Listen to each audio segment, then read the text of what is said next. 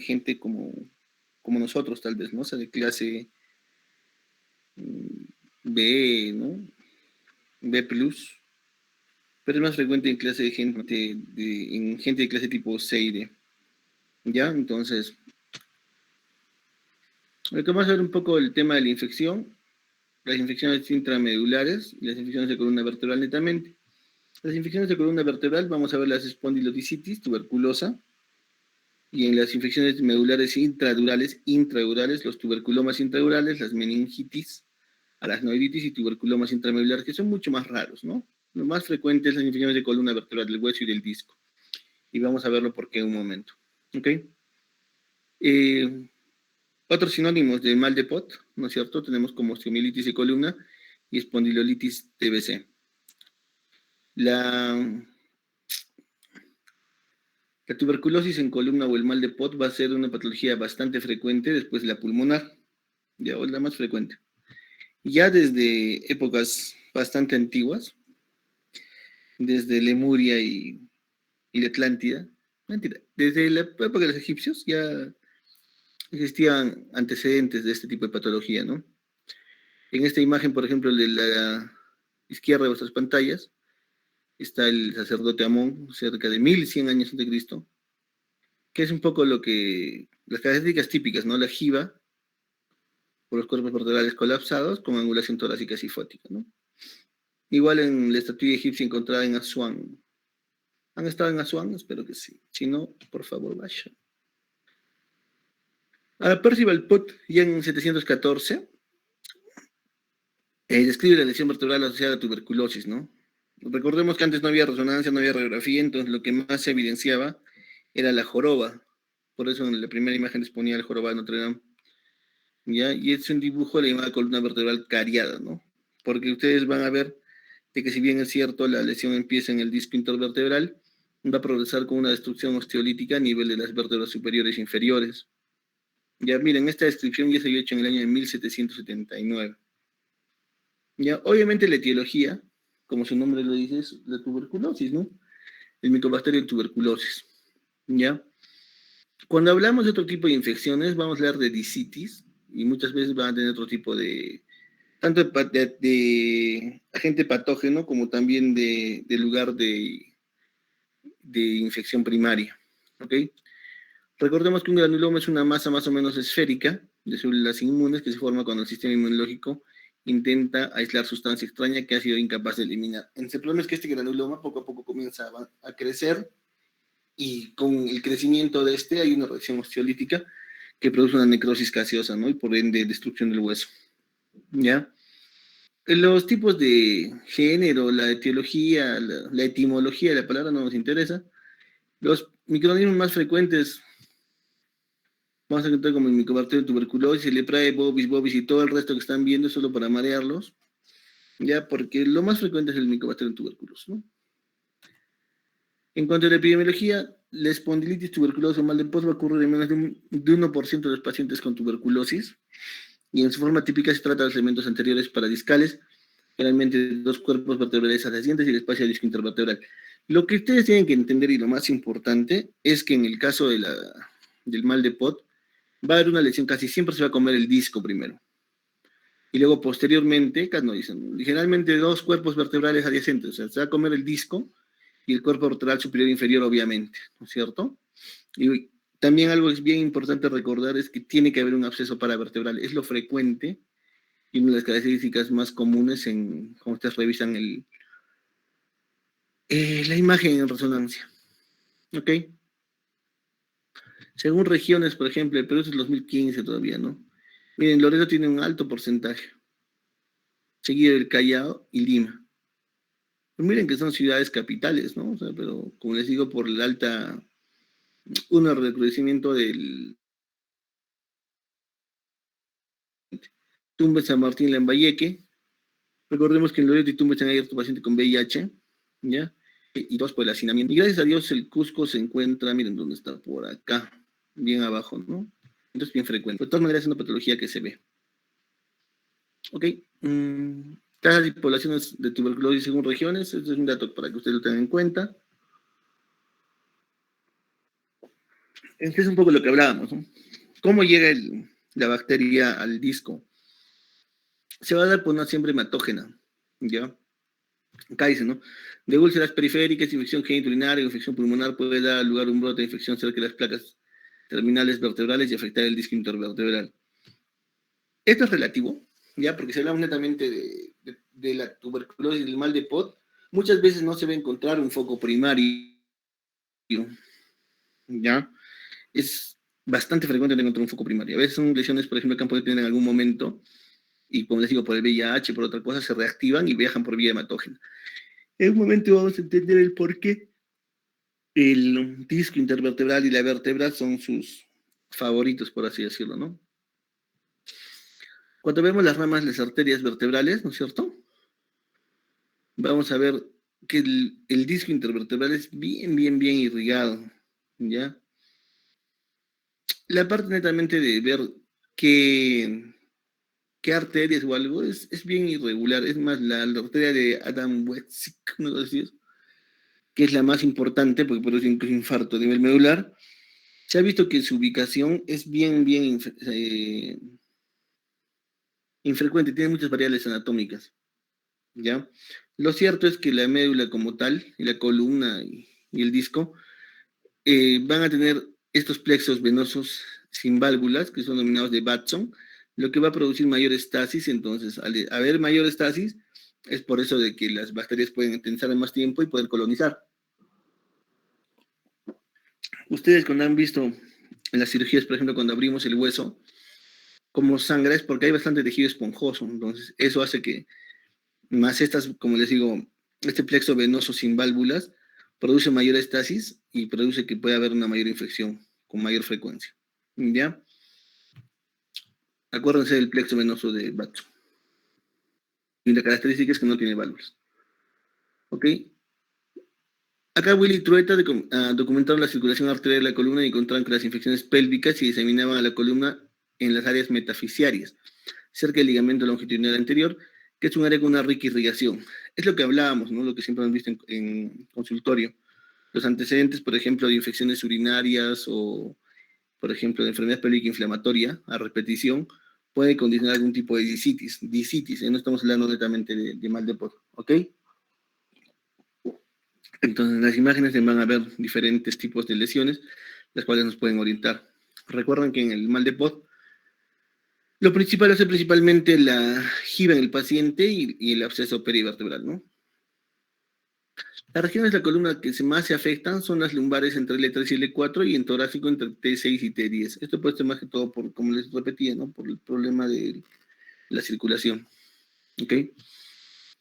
Las tres formas principales de afectación de columna vertebral van a ser paradiscal, central y anterior. ¿Ya? La paradiscal va a ser la forma más frecuente, como les decía, el lugar más afectado va a ser el disco.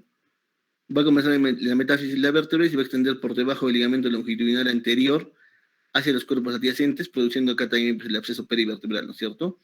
Al final la destrucción ósea va a producir una deformidad sifótica, entonces lo va a comer, se va a doblar para adelante, produciendo la sifosis, y usualmente acá se respeta el disco, pero no realmente.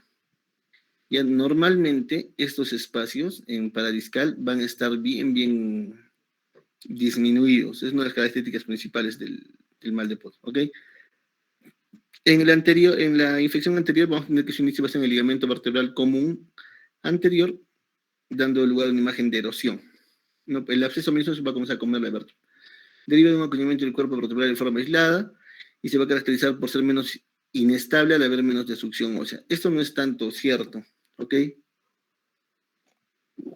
La destrucción ósea va a ser muy relativa y lo que va a determinar va a ser si va a haber un tipo de acuñamiento o no, el cual va a producir la sifosis o la inestabilidad más de toda la columna. Y en central, bueno, se enfrenta a la totalidad del cuerpo vertebral. Lo que siempre conversábamos un poco, ¿no? O sea, el hecho de que cualquier dolor en la espalda, o sea, vale ser investigado. Nosotros hemos tenido muchos pacientes que han sido vistos por colegas, traumatólogos, internistas, reumatólogos, rehabilitadores, que muchas veces al no pedir una placa de resonancia, pues se pierde el diagnóstico de poder hacer un diagnóstico temprano y poder tratarlo de manera eficiente, ¿no? Como acá vemos, por ejemplo, el 20% va a haber ya un dolor en menos de 3 semanas, el 30% de estos pacientes van a estar o van a llegar a nuestro consultorio entre las 3 semanas y los 3 meses, y más del 50% después de los 3 meses. O sea, ¿qué significa? Que todo ese tiempo han estado con dolor y probablemente han estado con analgésicos, o han estado viendo la posta y no los han estado viendo de manera adecuada. Por eso es importante, siempre les digo, chicos, tanto en las cefaleas tensionales como en el tema de columna, siempre hacer diagnóstico. Y algunos de ustedes me dirán, ¿pero podríamos pedir una radiografía? Sí, o sea, cuando ya está avanzado, la radiografía te va a orientar, porque vas a ver una disminución y vas a ver osteólisis, pero en condiciones de que estás en un hospital 3-1, definitivamente la resonancia va a dar una mayor cantidad de información, ¿no? Lo cual es importante. ¿Ya? En cuanto, por ejemplo, al diagnóstico, el absceso, o sea, hablábamos un poquito, por ejemplo, de que hay un absceso perivertebral, que muchas veces se puede hacer una biopsia, sí, pero a veces no es suficiente, no da mucha información. O sea, el diagnóstico más que todo es un diagnóstico imagenológico y clínico, ¿no? Con la gran sospecha de la enfermedad, y en ese momento se hace una interconsulta para el programa de TBC y le inician tratamiento. El neumólogo puede dar una opinión o no, pero generalmente el neurocirujano es el que va a decidir el inicio de tratamiento. Una vez más de una triada, la triada de POT, que se cumple para varias cosas, ¿no? Se puede hacer para paresia, la jiba y el absceso espinal. Ahora, usualmente el paciente, como ustedes lo vean en consultorio, va a ser un paciente que ha comenzado a disminuir su ritmo de caminar, ¿no? Porque le duele cuando camina. Dolor de espalda y dolor abdominal, que también puede ser por una cortación de la aorta. Ahora, el hecho, por ejemplo, es que los pacientes con TB tienen pues una carita bastante típica, ¿no? Es raro que no sé, o sea, que un joven de clase media bien alimentado pues tenga este tipo de patologías, ¿no? Ahora, si bien es cierto, hay gente que es delgada, hablamos, por ejemplo, de X o de Y, pero es gente delgada que no tiene pues pinta de enfermo, ¿no? Es muy diferente, ¿ok? La fiebre nocturna, igual que en la TB, puede ser o no patognomónica de mal de pozo, ¿ok? El dolor normalmente va a ser un dolor lumbar, va a ser espontáneo, que puede exacerbarse con los movimientos. Va a haber dandy positivo, porque como digo, hay un proceso de osteolisis, entonces el dandy sí nos va a ayudar más que la palpación, la percusión. Ya, al tratar de alguna manera proteger esa zona, tratar de ver el tema de estabilidad, los músculos van a estar bastante contracturados para tratar de dar un poco más de estabilidad, ¿ok? Y en el caso netamente de la columna, va a estar completamente rígida debido a tener la contractura muscular, ¿no? Algunas otras características, pues sí que hay un espasmo muscular, la pérdida de peso del paciente es bien frecuente, el malestar, o sea, le duele todo, tiene fiebre, ¿no? Obviamente una exacerbación de dolor con movimiento de la carga de peso, igual que en la hernia, dolor en el lomo, la ingle o las nalgas, debido no tanto al absceso, sino que muchas veces este absceso mismo puede producir radiculopatía, ¿ya? Y síntomas de radiculopatía y mielopatía.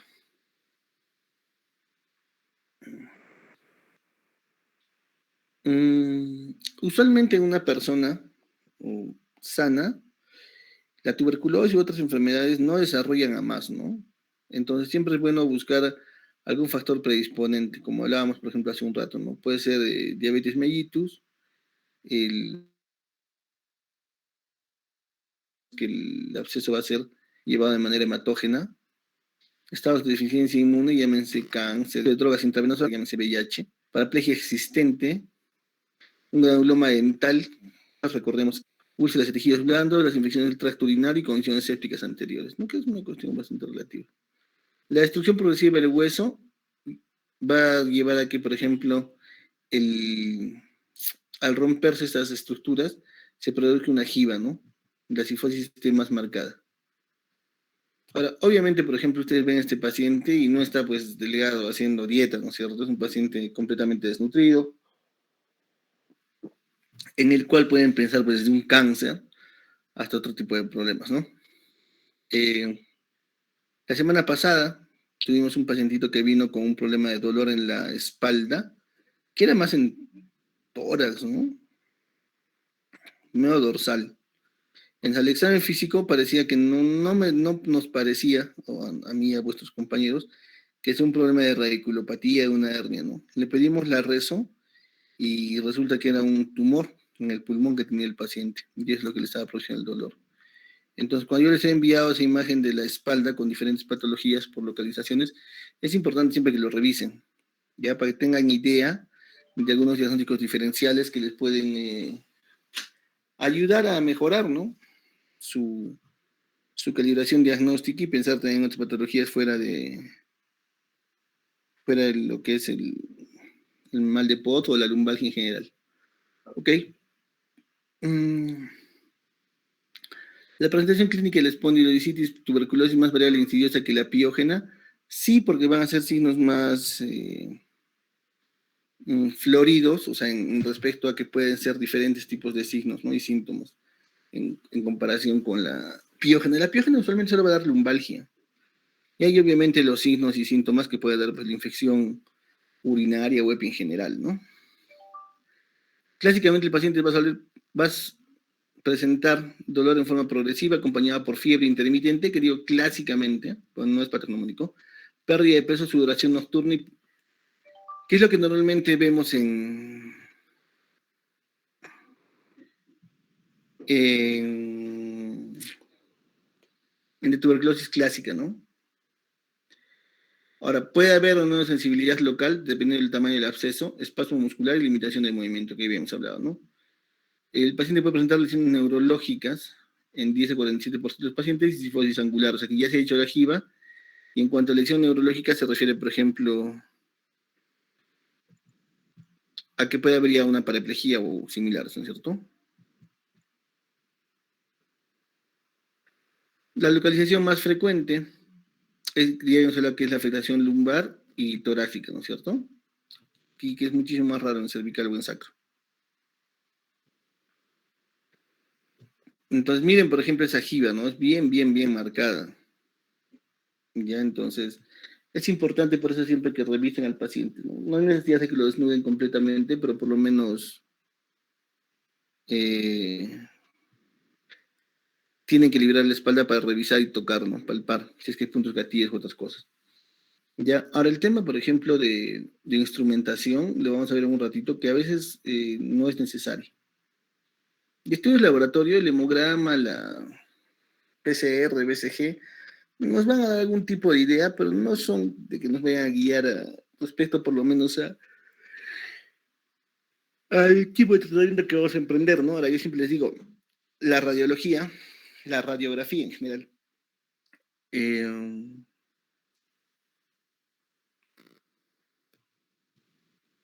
no va a ser un examen que nos va a ayudar mucho, ¿no? Nos puede ayudar a ver que hay una disminución en el espacio, pero no nos da mayor información respecto al ligamento, al absceso y demás. Entonces es un examen que tiene muchas limitaciones y si ustedes están en posibilidades de pedirle una resonancia, háganlo, porque si no le van a hacer gastar doblemente el dinero y el tiempo también, ¿no? Porque muchas veces viene la posta y saca su cupito, viene en la madrugada, aunque solo le veas con una radiografía, o les pides una radiografía, le va a tener que venir otro día, sacar su cupo, hacer cola en la madrugada para que lo atendamos, veamos la radiografía y digamos, no, tiene que ir a los neurocirujanos. Ustedes tienen que tener cierto criterio diagnóstico. Y están en un hospital, tienen ustedes que ver el tema de que pueda de alguna manera facilitar al paciente ya llegar a un diagnóstico, ¿no? Que sería lo importante.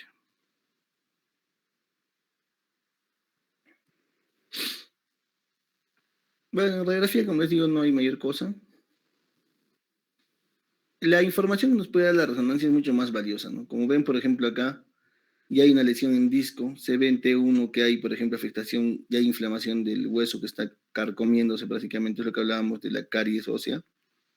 Ya hay un absceso perilesional y también ya acá, miren, ¿no? Absceso perilesional, ya hay edema, entonces nos brinda mucha más información, ¿ya? Es una técnica no invasiva, ¿no es cierto? Y la sensibilidad va a ser paciente del 96 y su especificidad del 93. O sea, es una técnica ideal para ese tipo de lesiones, ¿no?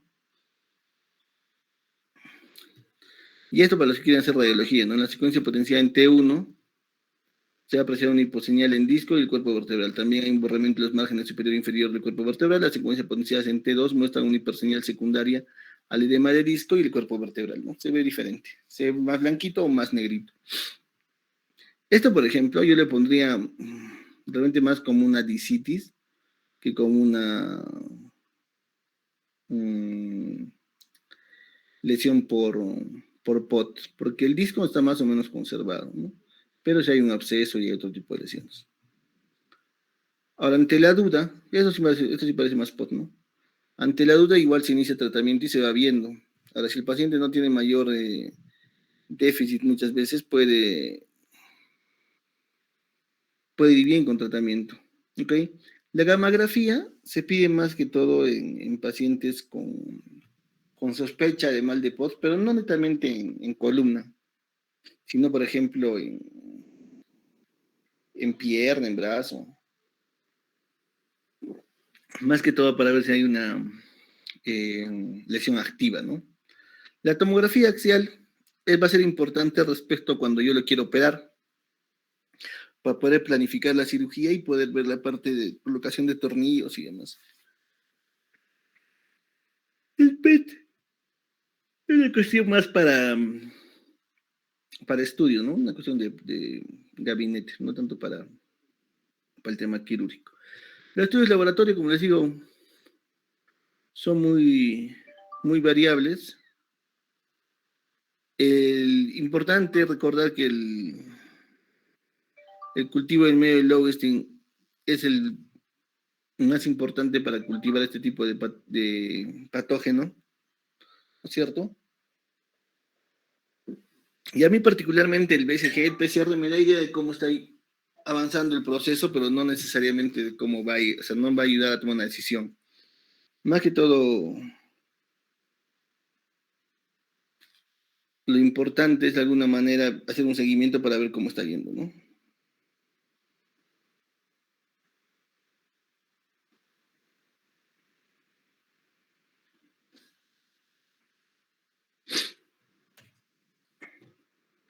Como les digo, la resonancia es el diagnóstico por excelencia, nos permite ver no solo la lesión a nivel sagital, donde podemos ver, por ejemplo, la destrucción de disco y de material óseo, sino también hacia la formación de los abscesos, por ejemplo, ¿no? Miren acá, por ejemplo, estos abscesos paravertebrales, ya que ya te da la idea de cómo ve el paciente, ¿no? Acá, por ejemplo, miren columna dorsal, como ya está en la actitud cifótica, ¿no? Entonces, obviamente, si esto avanza más y el absceso se hace más grande, pues va a dar una jiba, ¿no? Que ya es el último estadiaje, o muchas veces incluso el paciente solo comiendo bien se sana y queda la jiba ya consolidada, entonces no hay mucho que hacer. Miren acá, por ejemplo, en esta imagen, a diferencia de T1, miren cómo en T2 se ve, por ejemplo, el absceso, ¿no? Paravertebral en la parte anterior y también el edema que está ocurriendo a nivel de médula, ¿no? Acá, por ejemplo, no vemos tanto una lesión dentro del disco, sino miren intramedular, ¿no? Una infección que puede ser incluso por una MESTEL.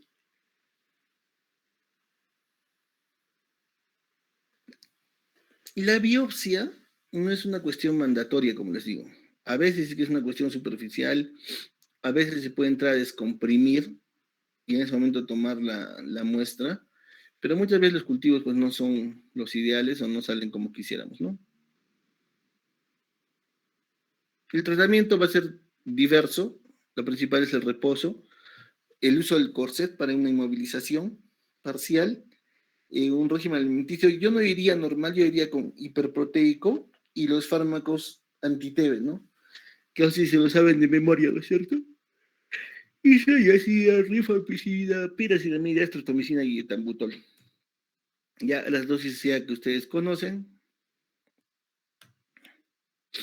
y que hace un tratamiento supervisado, ¿cierto? El tratamiento quirúrgico va a depender mucho de la evolución del paciente. Si el paciente está clínicamente estable, si no tiene déficit, es mejor no tocarlo, darle tratamiento unos 6 meses y después de esos 6 meses volver a repetir el examen para ver. Ahora, si tiene un déficit neurológico, pues que ahí sí, por ejemplo, la cirugía se le puede plantear. Yo tenía, por ejemplo, un chico hace un año y medio que vino pléjico con un absceso, pero terrible. Nosotros entramos y solo drenando el absceso, que drenamos como que medio litro sería de absceso, el chico comenzó a mejorar, comenzó a caminar. Eso más su tratamiento para TB y el paciente se fue súper, súper bien. ¿Ya? En serio que hablábamos un poco, ¿no? Estabilizar la columna es comprimir la parte medular.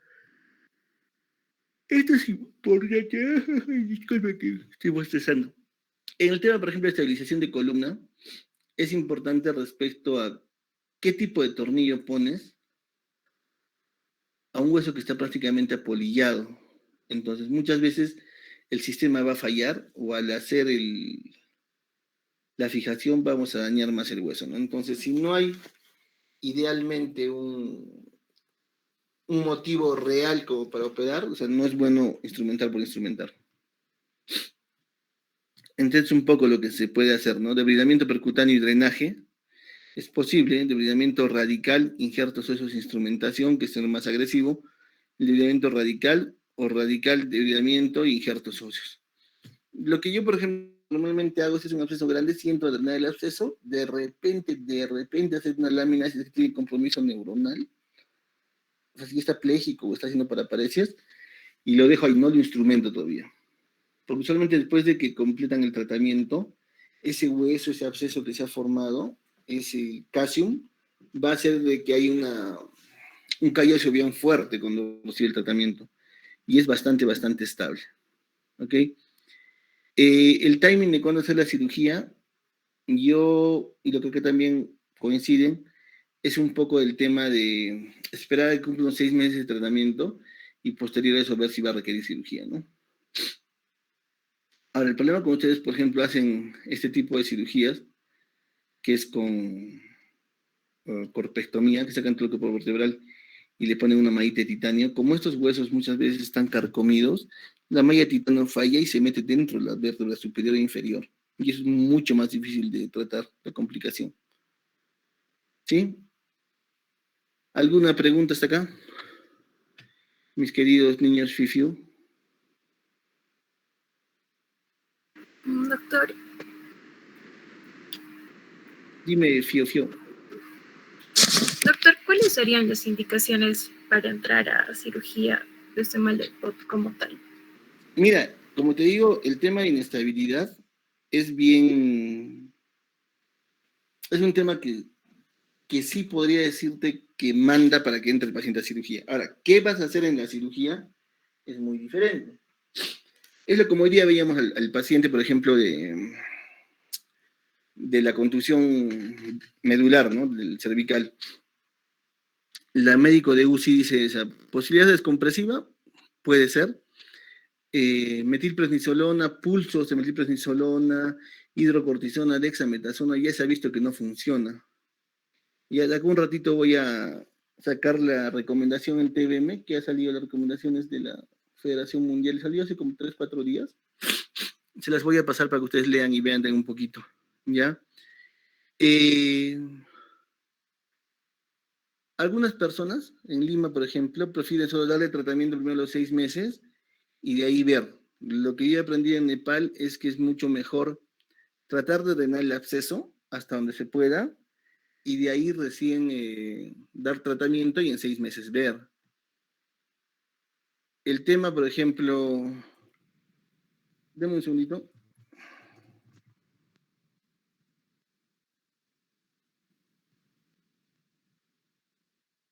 El tema, por ejemplo, de hacer una descompresión, como te digo, es muy relativo, porque recuerda que en la infección activa, el tema de sacarle hueso lo puedes inestabilizar más. Porque como te vuelvo a repetir, cuando tú tratas el absceso, o sea, le metes el tratamiento farmacológico, ese casi muchas veces se consolida y forma el hueso, se osifica, pero bien, bien sólido.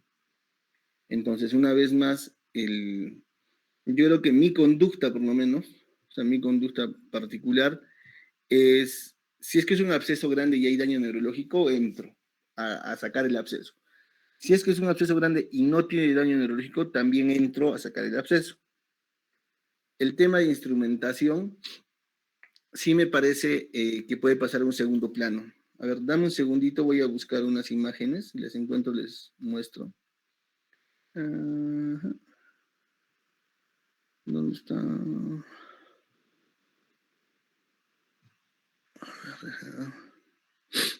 Mm, creo que está aquí en pacientes. Gregorio, ¿no?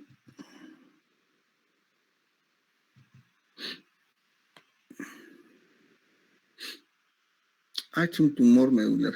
No, dame un segundo.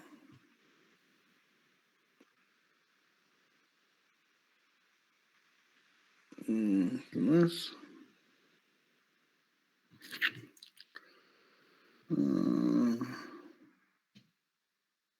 Evaristo, ¿qué es?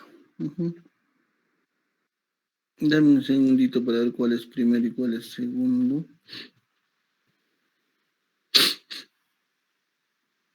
Ay, Dios.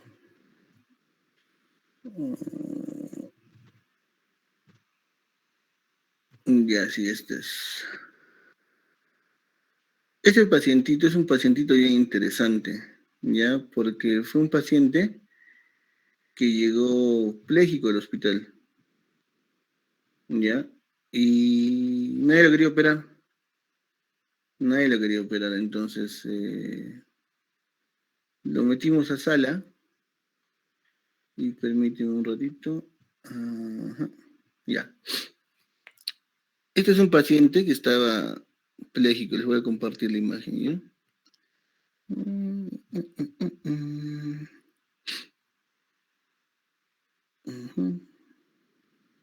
Ya, ven mi imagen, ¿no es cierto?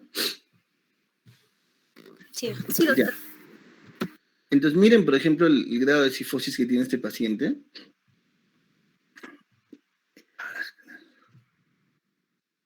Y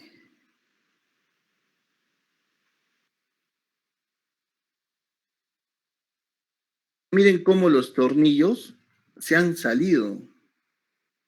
Ya, miren acá cómo está la barra, que estaba recta, miren cómo se ha... Porque a este paciente le hemos operado en agudo. O sea, le drenamos el absceso, estaba pléjico, entonces la idea era de alguna manera tratar de estabilizarlo. ¿Ya? Mire el grado de destrucción ósea, por ejemplo, que hay acá. En cometido una corpectomía sería pues una cosa un poco complicada. ¿Ya? Y los tornillos abajo. Ya, ahora vamos a ver el corte, el axial, para que ustedes vean un poco. Mira cómo está, hasta acá el hueso está más o menos bien. Ya miren los huesos de más abajo. El tornillo está bien, ¿ya? Pero igual miren, estaba hasta por acá y se ha salido, porque es un hueso que está como apolillado. Ese también que estaba parcialmente lateral, miren este por ejemplo estaba lateral, miren acá, ¿ya? Pero al paciente se le dijo. Ahora, igual este por ejemplo, mira.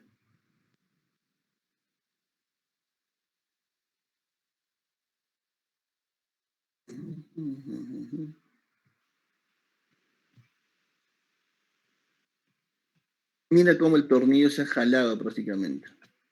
Mira el grado de destrucción acá ósea. Y más abajo, cuando se les puso las barras, el crosslink, esos dos niveles los salteamos. Y acá sí los tornillos están bien, ¿no? Mira. Ancho, ancho. Y acá también. Había un tornillo nada más estaba chueco, que es este de acá arriba, ¿no es cierto? En el contexto del paciente, nosotros le dijimos de que, como estaba pléjico, íbamos a ver y que si mejoraba, bueno, habría el chance de alguna manera de reoperarlo, ¿no? Vamos a ver ese tornillo. Sorprendentemente el señor regresó al año, oye, caminando el abuelo. Ya, pero al caminar es de que haya ocurrido eso que se ha salido los tornillos y la barra se ha girado. Y entonces, esta no sé si es la que ya, cuando ya hemos operado o es la previa. Déjame ver. Porque En algún momento la idea de los colegas, cuando el señor vino así con mucho dolor, dijeron, pero ya hay que sacarle todos los tornillos. Yo le dije, pues ¿cómo le vamos a sacar? Le digo, lo vamos a desestabilizar completamente y el señor está caminando, entonces sí va a quedar más pléjico. Entonces, al final lo que nosotros hicimos fue reintervenirlo, ampliamos abajo un nivel, acá, y estos tornillos de acá arriba los hemos cambiado, los que estaban fuera, por tornillos más gruesos, y hemos instrumentado 2 niveles más acá. Ahora, ¿cuál es el problema de estos pacientes? De que esa sifosis, en algún momento incluso pensamos en hacerle corpectomía, pero como te digo, el problema es mira cómo está este tornillo, y mira este de acá, cómo lo que estaba bien adentro se ha salido. ¿Ya? Entonces el tema era hacerle corpectomía, como te digo, primero que como ya está en tratamiento, toda esta lesión de acá es súper, súper sólida, y segundo, de que al ponerle la malla de titanio hay mucho chance de falla. Yo tengo, a ver, déjame buscar si tengo por ahí en creo que por acá tengo uno de falla de sistema. Ahí está, corpectomía, falla, he puesto corpectomía, error. Ya, miren esta imagen, por ejemplo. O sea, mira cómo la malla se ha metido dentro del hueso. Acá, por ejemplo, este es un paciente que hemos operado en Lima, ¿no? Hay un montón de errores en esta cirugía. Mira el tamaño de los tornillos, o sea, muy delgados, esos tornillos están fuera de pedículo. O sea, hay cosas que cuando hacíamos en Lima yo también pues, estaba aprendiendo y no es que yo haya operado, ¿me entiendes? Pero luego poco a poco te das cuenta. Entonces, incluso para esta cirugía el señor Evaristo vino mi jefe de Lima porque había que hacer, una era para hacer la corpectomía y dos era, al final lo que hemos hecho, le hemos hecho osteomías acá. ¿Osteomías? Sí. Entonces nos hemos comido pedacitos acá de hueso entre la vértebra para crearle los espacios y luego esto le hemos puesto al enderezar. Bueno, quisiera que me vean cuando estaba haciendo, es el problema con, con el tema este virtual, pues no pueden ver, no se les puede explicar como uno quisiera. ¿Ya? Pero lo que se ha hecho es hacer los huecos, al crearle los espacios en la vértebra, se ha podido reducir, o sea, al traccionar toda la médula, ha dado ese espacio como para que ceda, y le hemos fijado ahí, y el paciente ha quedado súper, súper, súper bien. Entonces, son temas que se pueden hacer. Ahora, yo no sé, honestamente, bueno, en este paciente sí le hicimos la ministomía, como para descomprimir, porque fue una cosa más o menos en agudo. Yo en este momento dudaría de instrumentarlo en agudo. Yo creo que solo drenaría el absceso. Drenaría el absceso y vería a ver cómo evoluciona. Y en 6 meses decidir si lo opero o no. Pero como te digo, son cosas que van variando, ¿no? ¿Alguna otra pregunta?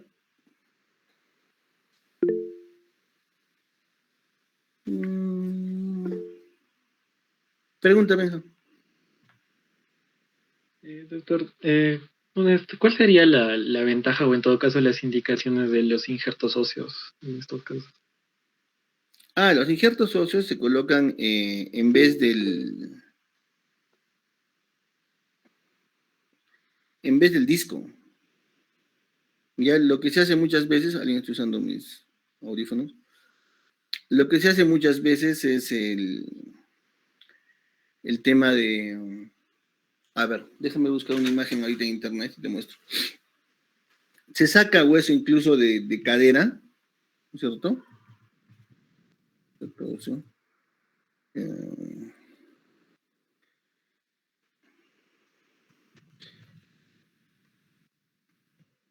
Ahora, hay otro tipo de injerto también que es el putty. Ya, no piensen mal, así se llama el producto. Ya, entonces lo que se hace es, aquí está, vamos por acá. Te voy a compartir mi pantalla para que vean. Porque son diferentes tipos de injertos óseos que se puede utilizar.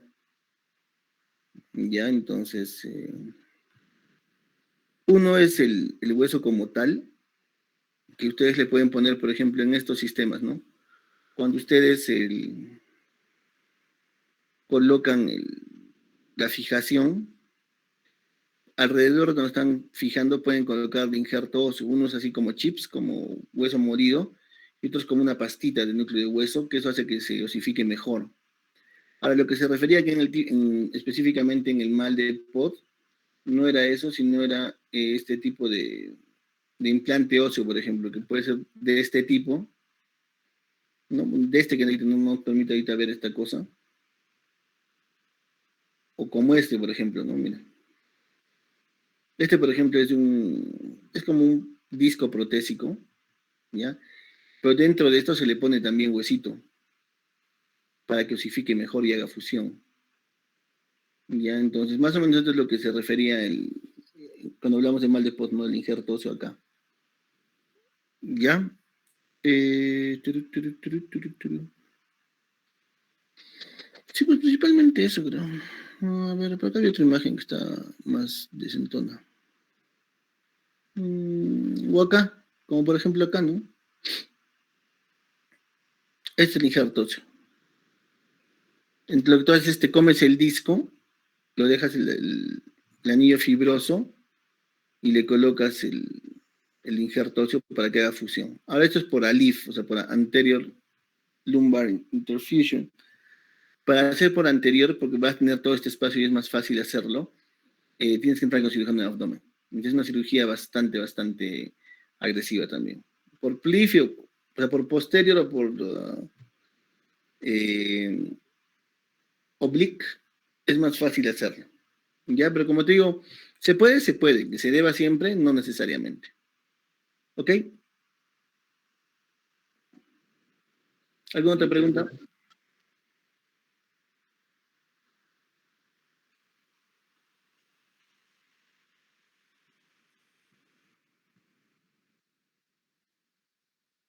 ¿No hay más preguntas? No hay más preguntas. Bueno, entonces pasaremos a la siguiente. ¿Está bien, Adri? Sí, doctor, está bien. Presente, Adri. O sea, ya. El tema de mielomeningocele es un tema. Hay unos compañeros. Sí, hay una de tus compañeras que está haciendo o quiere hacer, creo, su tesis justo en este tema. Ya de mielomeningocele. Pero hay una serie de situaciones en las que es un poquito difícil medir, ¿no?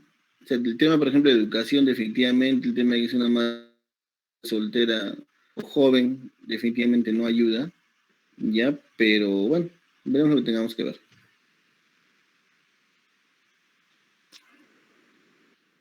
Ah, miren esta frase célebre. Dentro de 20 años, o sea, cuando ustedes tengan más o menos mi edad, van a estar más decepcionados por las cosas que no hicieron de que por las cosas que hicieron. Así que suelten vuestras amarras, naveguen lejos del puerto seguro, atrapen los vientos alicios en vuestras velas y exploren, sueñen y descubran. Qué bonito.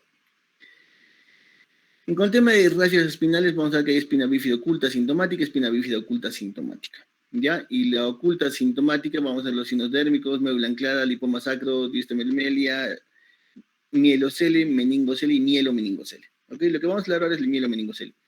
El resto de lesiones se van a caracterizar, el sinodérmico sí lo han visto, ¿no es cierto? Es como un huequito que tienen al final de la cola, o sea, en la parte final del sacro. ¿Lo han visto alguna vez? ¿No? Pueden googlearlo y lo van a ver. Es como literalmente es un huequito, así como un ombliguito que hay en la parte final. Ya que usualmente no da mayor problema. En cuanto a médula anclada y lipomas, o lipomielonmeningocele, por ejemplo, o sea, sí dar algún tipo de NAR. Y lo más frecuente es que va a presentar una masa en esa parte de la colita. ¿Ya? En cualquier masa que ustedes vean en la colita que no sea producto de una cirugía plástica para aumentarse la cola, tienen que tratar de referirla para hacerle rezo y ver qué está ocurriendo ahí, ¿ok? Entonces, el mielomeningocele va a ser principalmente un defecto de la neurulación, ¿no es cierto? La normalidad es que van a ocurrir entre la semana entre los días 26 y 28 de gestación durante la fase de cierre del tubo neural, que incluye el mielomeningocele y la anencefalia, ¿ok? Entonces, los defectos de posneurulación, ¿no es cierto?, van a ocurrir entre los días 28 y 48 de gestación, durante la fase de canalización, y estos van a incluir, a ver, miren bien esto, el meningocele, lipomeningocele y diastematomelia. O sea, ¿qué ocurre? Mientras más temprano sea el defecto, va a ser más severo, ¿no? Porque estos, como les digo, ya van a ser defectos que van a estar muchas veces cubiertos por piel, pero de que solo se va a ver en la resonancia o va a tener una masa ahí, pero cerrada por piel. En estos dos primeros, usualmente no. E incluso la anencefalia, ¿no? Que no se forma su cerebrito el pobre bebé. ¿Ya esto va a ser pregunta de examen? Sí. El defecto natal secundario es la falta de fusión de los arcos vertebrales posteriores con displasia medular y de meninges. ¿Con quién hemos operado miel meningocele? Con algunos de ustedes hemos operado en el hospital. No me acuerdo con quién. ¿O no hemos operado con ustedes? ¿Aló? Bueno. Lo que va a producirse va a ser una reacción en el conducto y va a formar este hueco, ¿no? Hay varias teorías que actualmente no se sabe, ¿no? La de Morgagni, que es el estallamiento del tubo neural secundario y el aumento de la presión al líquido cerebroespinal, ¿no? Malformada a través del final, que es muy, muy frecuente. La de Gardner, que es una hidrocefalia intrauterina causando la ruptura del tubo neural. No ciertamente, porque hay muchas, usualmente el mielo, una vez que ustedes cierran el mielo, se va a producir la hidrocefalia, entonces son teorías, como puedo decir, ¿no? Y Borky, House y Pater, que es un fallo en el cierre del tubo neural. ¿Qué es lo más? Etiología va a haber genética, puede haber un patrón de herencia multifactorial. La incidencia general es 1 en 1000, puede ser yo creo un poquito, ¿no? Un poquito más. Estudios recientes demuestran que hay un posible error de las moléculas de adhesión totalmente celular, ¿no? Que al final igual no es que se vaya a hacer algo respecto a eso. En cuanto al antecedente nutricional, esto es importante, ¿no? La falta de ácido fólico materno. Entonces, ¿qué es importante, por ejemplo, en todas ustedes, chicas? Es que si ya están en edad reproductiva, que ya están, pero si piensan tener su chato, o incluso si no, Dios no quiera se les escape y tengan un hijito no deseado, para que no les salga mutantito, sería importante que ya ustedes se suplementen con vuestro ácido fólico every now and then. O sea, 2 meses sí, un mes no, 2 meses sí, 2 meses no. Para que tengan, porque recordemos que las chiquititas, entonces, de todas maneras, es importante que ustedes ya estén preparando vuestros cuerpos para el tema de gestación en algún momento, ¿no?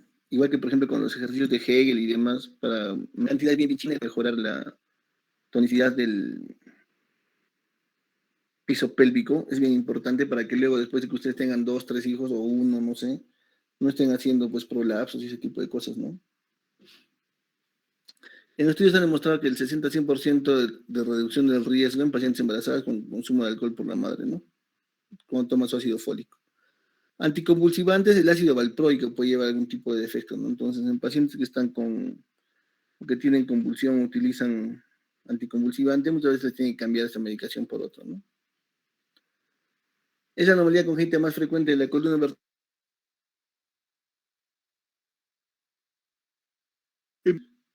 Geografía, obviamente, en países del tercer mundo y pobres, hay un mayor riesgo si existe un antecedente que ya tenía un bebé con este tipo de problema. Más frecuente en mujeres hispanas, ¿no? Porque somos unos maltragados e irresponsables. En cuanto a la embriología, lo que conversábamos, ¿no? Mientras más pronto sea, va a ser más severo, ¿ok? En el 18º día del desarrollo, a nivel de la placa neural, va a aparecer esta de pequeña depresión, ¿no es cierto? Que es el surco neural, ¿no? Aquí está el neural groove. A los 22 días, la placa neural se va a transformar en un tubo neural acá ya sería el tubo. Como decíamos, ¿no? Entre el día 26 y 28 es donde acá se produce el defecto, ¿ok? Eso ustedes ya saben por embriología. Hasta el final de la tercera semana, o sea, el día 21, más o menos, la placa neural tiene forma de zapatilla. Los bordes de la placa neural se elevan y forman los pliegues neurales y la porción media constituye el surco neural. Lo cierto es que en este momento es donde ahí la falla. Y por acá se protruye, el logro que nosotros encontramos cuando operamos va a ser solo la plácula. Con Renzo hemos operado el mielo meningocele. No sé, un día que ustedes tienen que hacer, no sé qué grupo tenía que hacer algo y se fue, y justo entramos con el chiquito del mielo. Las corresponden al neuroporo central y posterior, 324-28, el desarrollo de las meninges comienza con el cierre del neuroporo posterior. Esto pueden leerlo, no me interesa. Diagnóstico prenatal. Es importante esto, ¿no? Los ginecólogos actualmente están haciendo esto, ¿no? Entonces, al final es la alfa-fetoproteína que se pide, ¿no es cierto? Y posteriormente va a estar detectable en suelo materno. Debe determinar trastornos en el cierre del tubo neural, ¿no? Esto de amniocentesis no se hace. No se hace. O sea, si ya la proteína está muy alta, lo que corresponde es hacerle una ecografía, ¿no? Una buena ecografía. ¿Ok? La ultrasonografía, la se llama 1620, que permite detectar lesiones cubiertas con piel. Esto es lo que te dicen la ecografía genética, ¿no? Que te van a hacer. El efecto de proteína más ultrasonido detecta 80-90% de efectos abiertos del tubo neural y 100% de anencefalia. Yo creo que si es un paciente con anencefalia, sí hay que terminar la gestación, porque no tiene sentido continuar si no tiene cerebro. En cuanto al tema de mielomeningocele, es muy difícil, porque si es un hijo querido, o sea, que ha sido programado, y aún así no querido, es tu hijo. Entonces, yo he visto papás que se desviven por sus hijos, ¿no? Especialmente, por ejemplo, hay un chiquito Dylan McDillan. Dylan, por ejemplo, o sea, nació con mielomeningocele, hizo hidrocefalia, le hizo ventriculitis, hasta como un año en el hospital, y los papás, qué manera de querer al chiquito. Ahorita el chiquito en su silla de ruedas, pero es pues la alegría de sus papás, ¿no? Es bien difícil. ¿Ya? Mm. Las lesiones pueden ocurrir a cualquier nivel de la columna espinal, pero son más frecuentes en la región lumbosacra, ¿no? En cervical yo nunca he visto un mielo meningocele. Y la gran mayoría de las lesiones van a ser posteriores. ¿No? La piel usualmente va a estar ausente, va a haber solo un saco del mielo. Las meninges van a estar a pocos milímetros del borde de la piel, se encuentran la dura madre, entonces la idea es entrar por las zonas donde todavía la dura madre es intacta. El cordón espinal va a estar como un quisio cavitado, puede estar sólido o desorganizado. Y esto es importante, ¿no? Las vértebras van a estar ausentes, la parte de la lámina y las apófisis espinosas.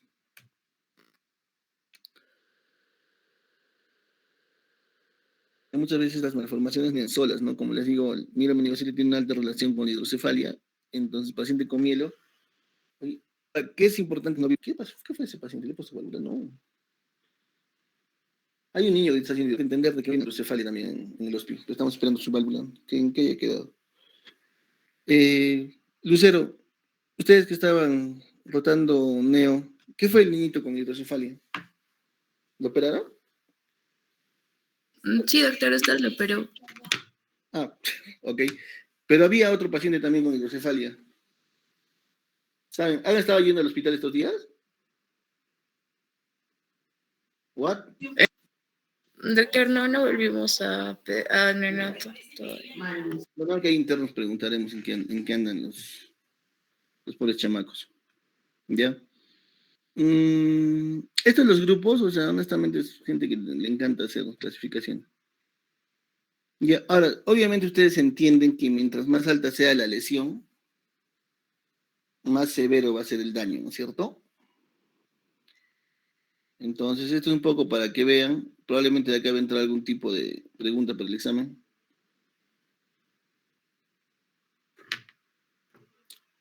Ahora, como les vuelvo a repetir, si ya tiene mielomeningocele, puede tener un huevo de cosas, ¿ya? Usualmente tiene problemas renales, problemas cardíacos, hidrocefalia, otro tipo de cosas, ¿no? Entonces hay que buscar. Ya hay un montón de síndromes.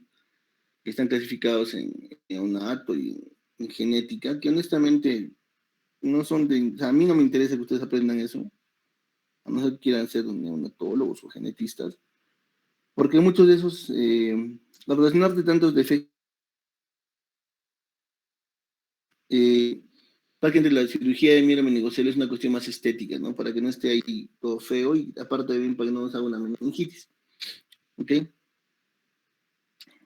Eso no se turne, ¿no? Estos son temas que honestamente no nos interesa saber. Los criterios del Orbers, presencia de parálisis severa, circunferencia de cabeza más 90%, sifosis congénita, normalidades, son cosas que son importantes, ¿ok? El tratamiento inicial es el tratamiento quirúrgico, inmediato. O sea, el bebé nace y en las primeras 4 o 6 horas debería estar entrando a sala, ¿ya? Informar a los familiares, contactarlo con... Hay asociaciones de niños, el grupo de los de mielomeningocele, el grupo de los niños con hidrocefalia, hay. Ya, ahora, ¿por qué es importante la clínica multidisciplinaria en el hospital pediátrico? Porque desde el momento en que el ginecólogo determina que va a tener un mielomeningocele, ya tiene que avisar a la familia. Entonces, hay una gestante que tiene un mielomeningocele, literalmente, el ginecólogo debería hacer interconsulta a pediatría y a neuro para que estén pendientes. Apenas nazca, el bebé tiene que entrar a sala para arreglar ese problema y que probablemente también van a necesitar una válvula, ¿no? Ahora, ¿qué ocurre, por ejemplo, en nuestro hospital? Agarra y piden resonancia. No, pero resonancia con informe. Entonces ya pasaron 4 días, luego el bebé no se puede operar. Y si no se ingresa en las primeras 6 o 8 horas, luego hay que esperar 10 a 12 días. ¿Para qué? Para desfocalizarlo, a meterle antibióticos, todo, y de ahí recién meterlo a sala. ¿Ya? Y hay mayor riesgo de infección de todas maneras, entonces es una vaina. Entonces, el tratamiento multidisciplinario es bien importante. ¿Ya? Es importante que ustedes entiendan esto. Si esto es el mielo, nosotros vamos a hacer 2 incisiones acá, por arriba y por debajo. ¿Para qué? Para buscar la dura que esté todavía indemne y a partir de ahí vamos a disecar la plácoda, ya que es la parte que le queda de dura, que está como abierta, ¿ya? Ahora miren, por ejemplo, este porcentaje, ¿no? 70-90% van a requerir una derivación ventrículo-peritoneal, ¿ok? Entonces hablábamos un poco de esto, ¿no? La incisión a través del tejido subcutáneo hasta localizar la dura madre vertida o fascia, ¿no es cierto? Se moviliza la base del saco hacia la parte medial hasta que se vea por dónde entra el defecto, ¿ok? Este huequito, ¿no? Posteriormente lo que se va a hacer, ese saco que se ha vertido, se va a simplemente doblar ahí, como ustedes verán acá, se hace como un capuchoncito, se reseca la piel excedente, se vuelve a hacer otro cierre acá, por capas, y listo. Colgajos rotatorios, ¿no? Para cubrir el defecto de la piel, porque si no, no va a cerrar. Complicaciones estas, ¿no? Infecciones, dehiscencia, miren. Ahora, ¿por qué este tema de fracturas patológicas? Porque los niños muchas veces no tienen sensibilidad. Nosotros, había una niñita, no sé si debe seguir todavía en el hospital, el niño Almendra, que ya estaba como 6 años en el hospital, que había ingresado por un TBM, ya no es un caso de miedo, me digo, por un TBM. En la chiquita estaba pléjica, ya casi cuadre. Ya, pero Almendrita, por ejemplo, aprendió a bailar esa porque estaba de moda el totó. Mueve el totó, mueve el totó, mueve el totó, to. Y tú le cantabas la chibolita, porque era media down ya. Pero la chiquita pues bailaba y se movía pues como una culebrita. Y en una vez que estaba moviendo, se había fracturado la pierna. Porque recordemos que como no hacen, o sea, no se movilizan, también pues los huesitos son súper débiles, ¿no? Y nadie, pues todos, ay, choreme, al final fracturada por almendrita. Ya, entonces, eso es importante siempre determinar. Estas, gracias a Dios a mí hasta ahora no me ocurrió ninguna de esas complicaciones, ¿no? Pues nadie está exento de que pueda ocurrir.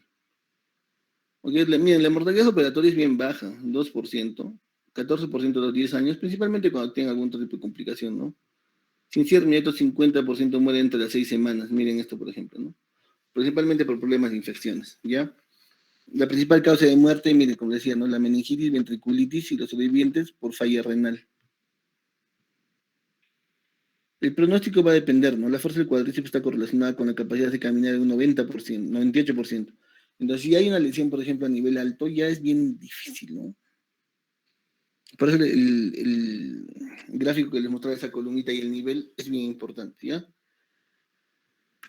Factores para no deambular, obesidad, deformidades en cadera, piel, tobillos, escoliosis y por el chihuahua.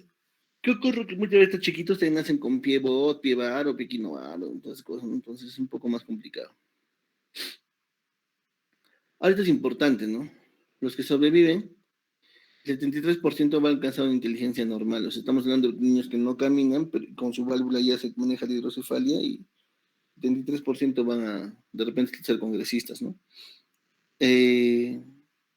Esto también, miren, ¿no? La principal causa de retardo mental en estos niños no es la lesión en sí, sino es de que ha habido una infección, una ventriculitis o algo y eso ha malogrado su cerebrito.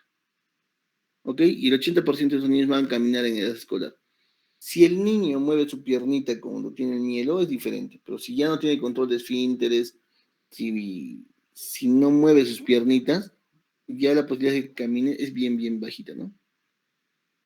Y eso es todo con mielo meningocele. Entonces, lo más importante con el mielo, de alguna manera, para que ustedes entiendan, es el tiempo quirúrgico. Ya sea que ustedes debieran entender eso de que un niño que nace con mielo tiene que entrar a sala. Y ustedes cuando sean internacionales o sean, no sé, sean pediatras o ginecólogos,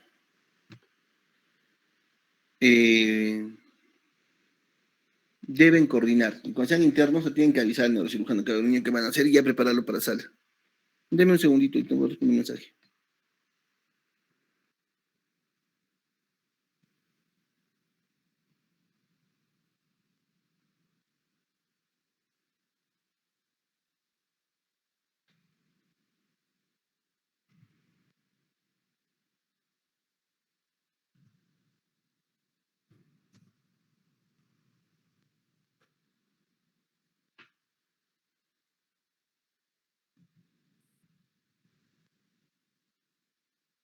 Niños, ¿hasta acá tienen algún tipo de pregunta con este tema?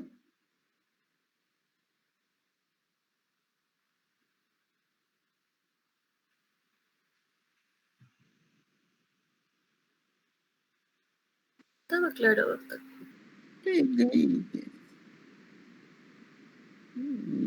a ver, espera un ratito. 12, se fue.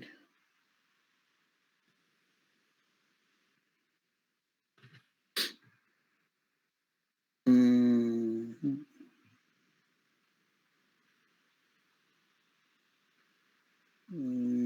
ya.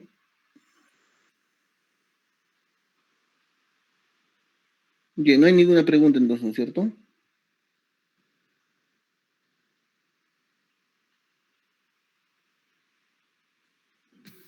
Creo que no, doctor. Ya se jatearon, una vez más. No, doctor, seguimos aquí. Bueno, extraño ver sus horrendos rostros en presencial. Ya pues, Adri, entonces quedaría nada más la clase de hernia, que no sé, incluso de repente la podemos ver esta semana, el fin de semana, de repente el sábado o el viernes, que es un rato también, porque ya creo que el tema de hernia, por lo menos con todos los que hemos, ya porque hemos terminado bastante rotación, le hemos tocado en múltiples oportunidades, ya sabemos más o menos diagnosticado una hernia y los criterios para operar. Habría que hablar un poco de la fisiopatología y los tratamientos actuales, que son, la microisectomía sigue en boga, hay un poquito de neuroendoscopía, hablar del tema, por ejemplo, de ozono y otro tipo de terapias, y como les digo, no me termina de coser a mí bien eso. Y con eso estarían ya pues listos para el examen, ¿no? Ya, doctor, de repente podríamos hacer un repaso, por favor. No lo sé, Charlie, vamos a pensarlo. Ya, doctor. Ya porque también como digo, repaso, o sea, ustedes ya la próxima semana van a estar en exámenes. Sí, pero sí tenemos tiempo para el repaso. Veremos. ¿Ya? Ya, Ya. Entonces descansen, yo tengo lo mismo y se bañan, pues. Se arreglan, está bien, doctor. Buenas noches, doctor. Gracias. ya, fíjense.